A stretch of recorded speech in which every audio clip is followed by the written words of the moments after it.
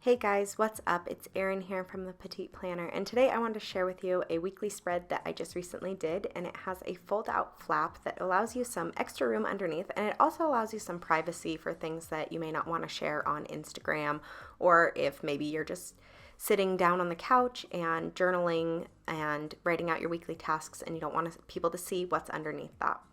So what I did is I took a razor blade, and if you have a box cutter, that works even better. And I just took a page out of the back of my notebook, and then I measured out how wide I wanted it to be and then drew a very faint line on the piece of paper.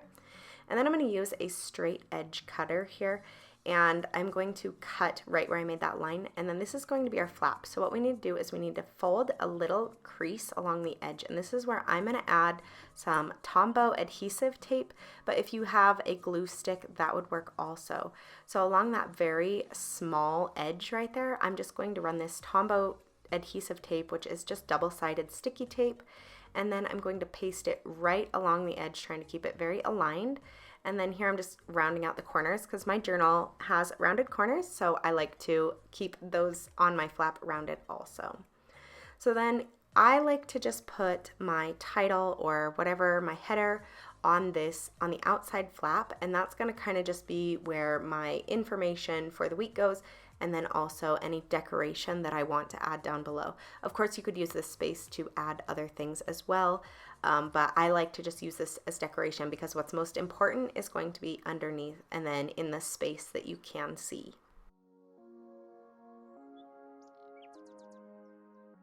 And you're going to see very shortly that I messed up the week, the dates here. I didn't realize it until I drew my mini calendar, but it should be the 3rd to the 9th. And when I was looking at my calendar to make this, I don't know what was happening in my brain, but it just wasn't working right. And then what I drew at the bottom was, because my theme for June was jellyfish, I decided to keep with this kind of sea theme. So these are supposed to just be some kind of abstract waves that I'm drawing here. So they're just kind of spirals and then some wavy lines that connect all these spirally things together. And I think it turned out really good after I added some color. So if you're looking for a really cute beach or sea theme, these are some pretty simple little pattern style line work that you could use in that theme. As I start drawing out this weekly here, I do want to say thank you for taking the time to watch my videos. If you like them, please hit the subscribe button and ring the bell so that you're notified when I post a new video. And also, please make sure to hit the thumbs up button. It means a lot to me. So thank you so much for watching, and I hope that you enjoy this weekly spread and get some inspiration out of it. So for this, I just drew out 4 fairly narrow but long boxes, and these are going to be my weekday boxes, and then the far bottom right one will be for things that are upcoming in the next week. And often in that box, I like to include things like upcoming bills or events or birthdays that we have going on. And then rather than just making a straight header straight across the top, I did add these circle stencils at the top, and so this is with my red circle protractor, and I got this on Amazon. They come in a 2-pack, but they're fairly inexpensive, and they have been such a huge part of my bullet journaling. So here on the right hand side, I am adding 3 additional boxes, and part of the benefit of this layout is that you do end up with a lot more space. Now if you don't need space for extra boxes, or you don't like tracking things other than just your tasks in your weekly, this may not be for you.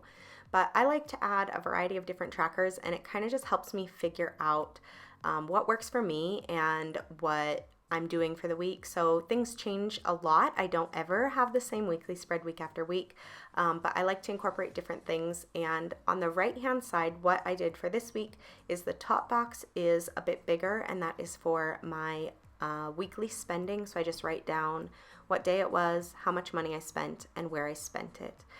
Below that, the next 2 boxes are for victories and struggles, and this is kind of my reflection area.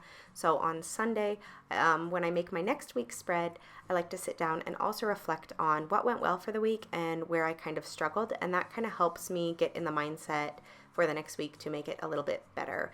You know, the old quote, you just have to be better than you were yesterday. So here under the flap, this is where I realize that I messed up. So I make my entire mini calendar, and then I get to the end and I realize that I have an extra box, and I'm like, wait a minute, I know June doesn't have 31 days. So then I was all sorts confused. So what I did is I just took the other half of that flap paper that I had that I cut out from the back, and I cut it down to size, and then I just pasted it directly over it with that same Tombow adhesive tape.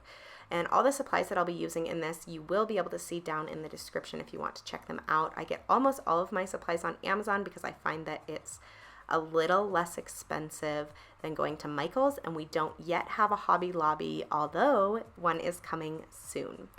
So I added this mini calendar, and I do like to add those occasionally. Again, my weekly spread always changes, but it just kind of gives me an overview of the week.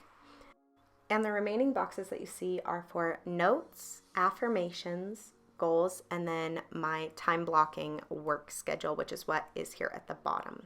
So I'm using these Crayola colored pencils in the 100 pack. Again, I just actually ordered these from Amazon, so this is my first time actually using them.